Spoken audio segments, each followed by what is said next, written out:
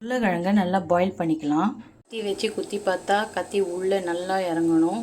உருளைக்கிழங்கும் நல்லா வெந்துருச்சு. ஆஃப் பண்ணிடலாம்.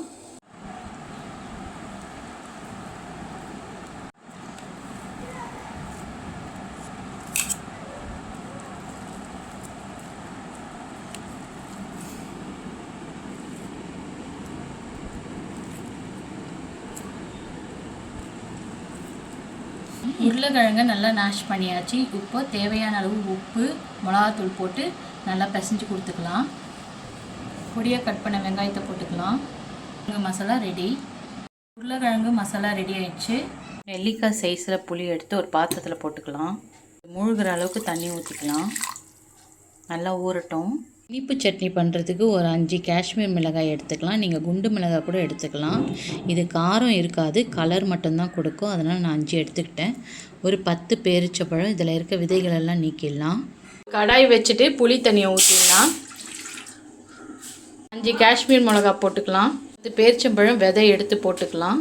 ஒரு 10 நிமிஷம் நல்லா குக் பண்ணிக்கலாம். நாட்டு சக்கரை 3 ஸ்பூன் சேர்த்துக்கலாம். நீங்கள் வெல்லம் கூட சேர்த்துக்கலாம். டேஸ்ட்டு நல்லா தான் இருக்கும். புளி, காரம், வெல்லம் எல்லாம் சேர்ந்து ஒரு கலவையாக ஒரு வாசனை வருது. பார்க்கும்போதே அப்படியே நாக்கில் ஜலம் ஊறுது. இதை போய் சூடு ஆறினோன்னு மிக்சியில் அரைக்கணும். சூடோடு அரைக்கக்கூடாது, மிக்சி எகிரிடும். சூடு ஆறின பிறகு தான் அரைக்கணும். சரியா? வேக வச்ச புளி, வெல்லம், மிளகாலாம் போட்டாச்சு. ஒரு அரை ஸ்பூனுக்கு மிளகாத்தூள் போட்டுக்கலாம். காஷ்மீர் மிளகா காரம் இருக்காது, அதனால் மிளகாத்தூள் தனியாக போட்டுக்கலாம். கடாயில் அரை ஸ்பூன் சோம்பு, அரை ஸ்பூன் சீரகத்தை போட்டு நல்லா ஃப்ரை பண்ணிக்கலாம். இந்த சீரகம் சோம்பை மிக்சியில் போட்டு நல்லா பொடி பண்ணிக்கலாம். இது ஸ்வீட் சட்னிக்கு. உப்பு கொஞ்சம் போட்டுக்கலாம். டேஸ்ட்டு கொஞ்சம் என்ஹான்ஸ் பண்ணி கொடுக்கும். நம்ம வறுத்த சீரகம் சோம்பையும் போட்டு நல்லா ஃபைன் பேஸ்ட்டாக அரைச்சிக்கலாம். சட்னி ரெடி ஆயிடுச்சு. இதை நம்ம பேரிச்சம்பழம் சட்னின்னு கூட வச்சுக்கலாம். செம்ம ஸ்பைஸியாக புளிப்பா, காரம், உப்பு எல்லாம் கலந்து ஒரு புது வகையான டேஸ்ட்டில் இருக்குது. தோசை, சப்பாத்திக்கெலாம் செம்மையாக இருக்கும் போல இருக்குது. ட்ரை பண்ணி பாருங்கள். ரொம்பவே நல்லா வந்திருக்கு இந்த சட்னி. ரொம்ப நல்லா காரமாக இருக்குது. காரம் விரும்புகிறவங்களுக்கு இது ரொம்ப பிடிக்கும். ட்ரை பண்ணுங்கள். பானிபூரிக்கு பானி செய்யலாம். ஒரு கைப்பிடி அளவுக்கு புதினா, ஒரு கைப்பிடி அளவுக்கு கொத்தமல்லி, ஒரு 5-6 பூண்டு, ஒரே ஒரு பச்சை மிளகா.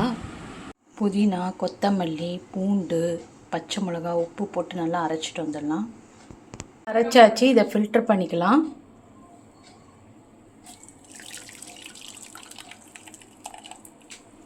கார சட்னிக்கு சீரகம், தனியா, குண்டு மிளகா போட்டுடலாம்.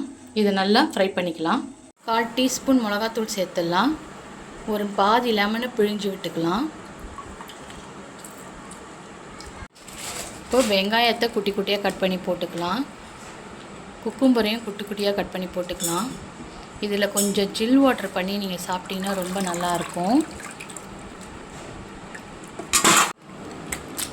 ஐஸ் க்யூப்ஸை போட்டுக்கலாம்.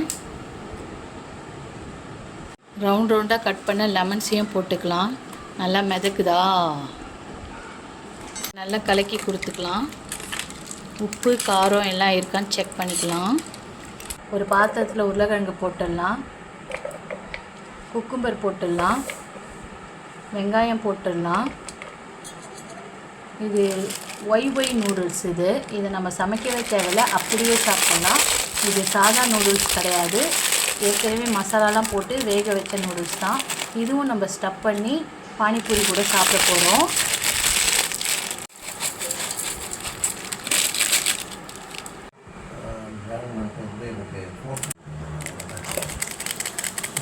நல்லா மிக்ஸ் பண்ணிக்கலாம்.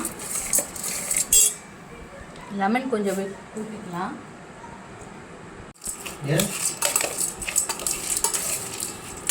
ஜெப்டோவில் தான் வாங்கணும் இந்த பானிபூரி. இப்போல்லாம் வெளியில் போகிறதே இல்லை. ஃபோன் பண்ணால் வீட்டுக்கே வந்துடுது. ஸோ காசு இருந்தால் போதுங்க. இதை நம்ம பொரித்து எடுத்துக்கலாம். ஃப்ளேமில் வச்சு பொரிக்கணும். அதுவே பொரிஞ்சு மேலே ஏறி வருவாங்க பாருங்களேன். சூப்பரில். ரொம்ப ஸ்லோ ஃப்ளேமில் வச்சு வேக வைங்க. அப்போ தான் வந்து நல்லா வெந்து மொறு மொறுன்னு இருக்கும்.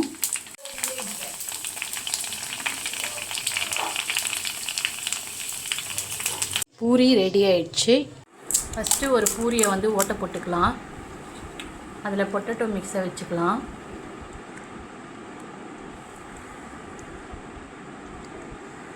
பானி ஊற்றிக்கலாம்.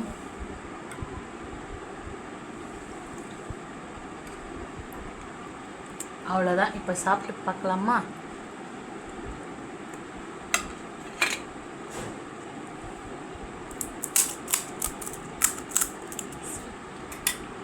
இப்போது அந்த யோயோ மேகி வச்சுக்கலாம். போட்டுட்டு பானி ஊற்றிக்கலாம்.